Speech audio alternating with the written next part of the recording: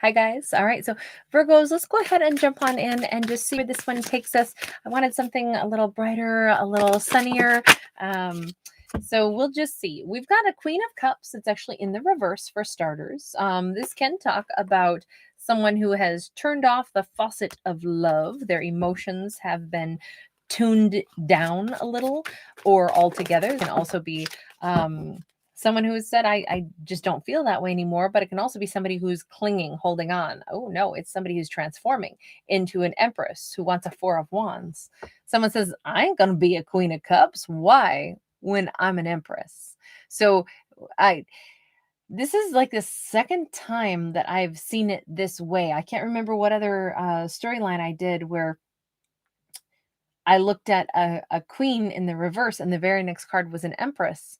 And I look at it as one person's evolution. They realize I'm not a queen. Why am I pretending to be? I'm an Empress. I'm more than that. I'm better than that. I'm all that. Now this could be a totally different person who's saying, I don't want a Queen of Cups who is clinging to me. I want the Empress. I want my Virgo.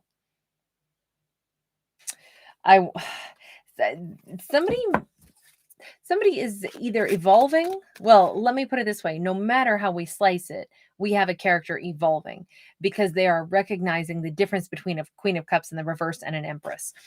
But let's see. Tell me about that Queen of Cups. Let's see if we can pin down how this goes. A Knight of Wands. I think that this is our Virgo saying, I have zero interest in giving my emotions to somebody who's just a knight. They come in for some passion and I'm supposed to roll out the red carpet and give them my emotions. Not a chance. I don't give even one little ounce of emotion to someone who's just a Knight of Wands, somebody who's just looking for passion. I'm not interested. Five of Swords. Oh no, Virgo's in like full on. Nope, I block those. I can tell the difference. I can tell because the way they approach me. So this Virgo is formidable. I think that they're making this decree within themselves saying, I shall not give my emotion to a mere knight. Why? Because I am not a knight. I am not even a queen. I am an Empress. Okay, so tell me about this Empressy Virgo we got going on over here. This is a Virgo who they know what they want. Oh, Eight of Swords, though, and a Ten of Wands. They have not had success in love, and they are getting themselves unstuck. This is someone who is choosing to say, and this may not even just be about love. This could be about career. This could be about their life in general. It's bigger than just love. This is someone who has reached a point in their life where they've said, I'm not bending over backwards for people. I'm not going to be the person who, is the gracious hostess and makes everyone else feel comfortable. I am an Empress. It would behoove me to expect people to be on their best behavior when they're around me, or to let them know in certain terms that they can't be in my kingdom. That would be better than being the ultimate hostess, the ultimate giver. Male, female, doesn't matter, but we notice that we've got someone who keeps showing up in divine feminine energy. I think that this Virgo was stuck for a long time thinking that they couldn't be that. Or that, maybe they even thought for a long time, I'm probably not the kind of person anybody wants to marry. That is so wrong. That is so wrong. But they were stuck in a mindset like that for a long time, I think. Like, oh, that happens to other people, but nobody wants to marry me.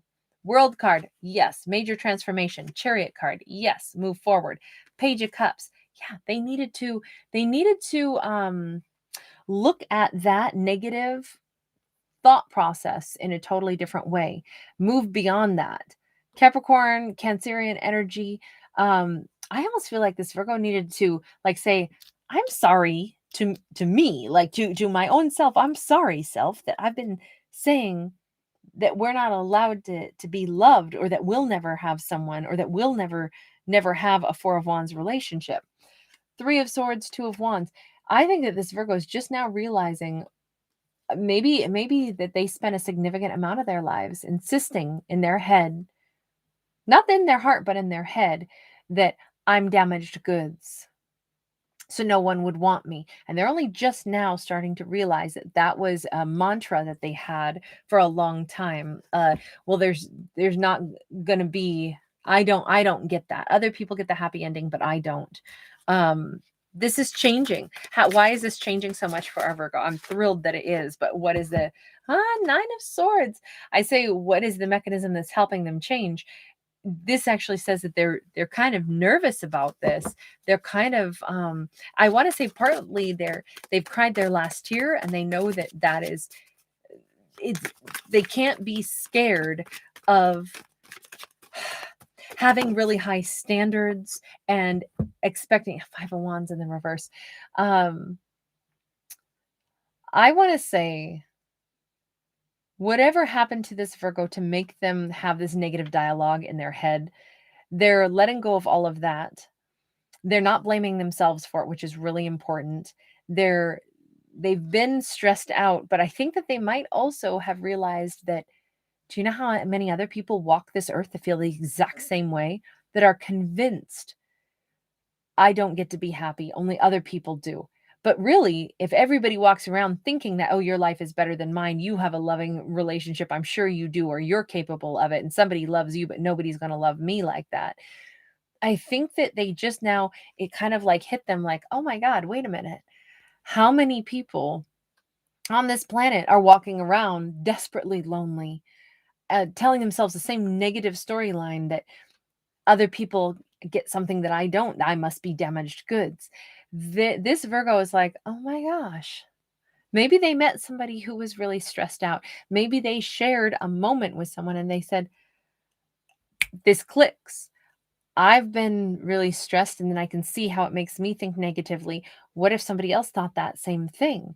All of a sudden, it's like tension drops away and understanding rushes in.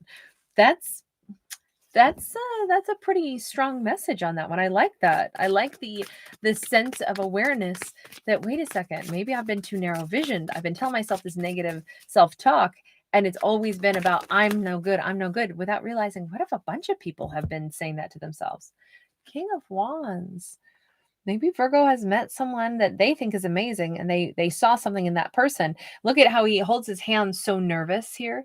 That to me always stands out. And this person has a ton of like good, beautiful energy, say have so much to share. And you notice how they're holding themselves back and their hands are in this stressful position.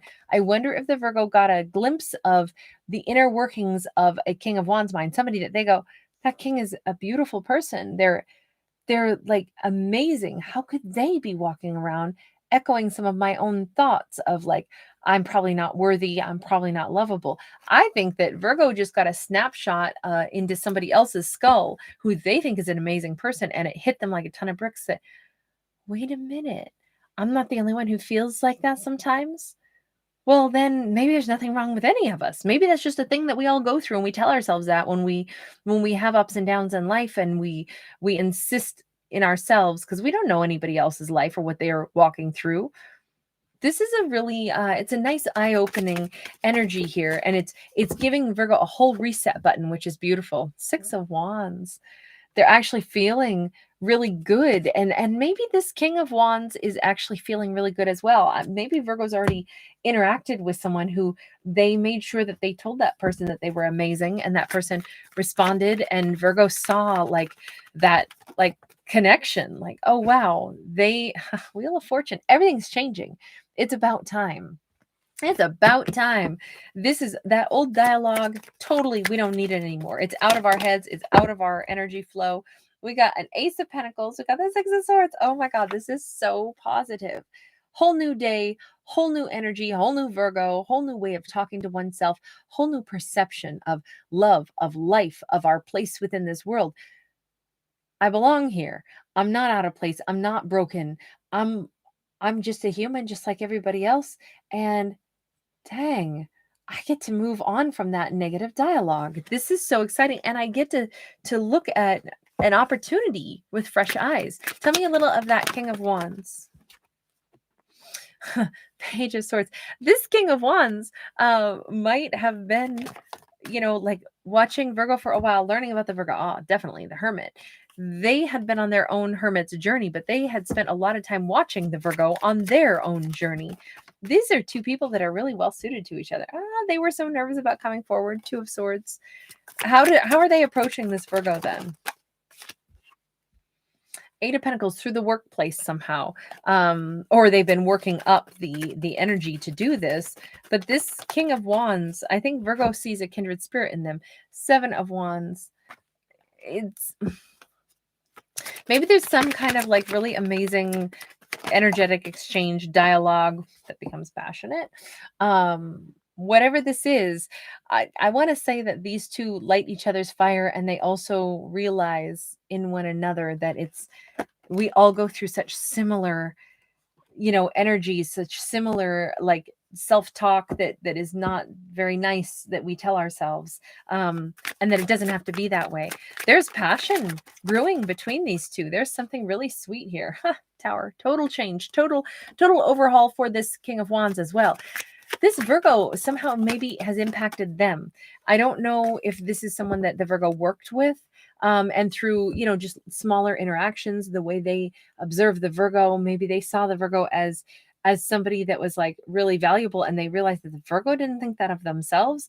I feel like these two basically reflected in one another and were stunned that, like, how could you not think highly of your own self? How could you're amazing. I think they both had that same mutual respect, but I do think that they maybe fell for Virgo, like observing the Virgo, not like in a creepy way, but like if they worked with the Virgo or something, they got to know the Virgo from kind of like a non-romantic energy first.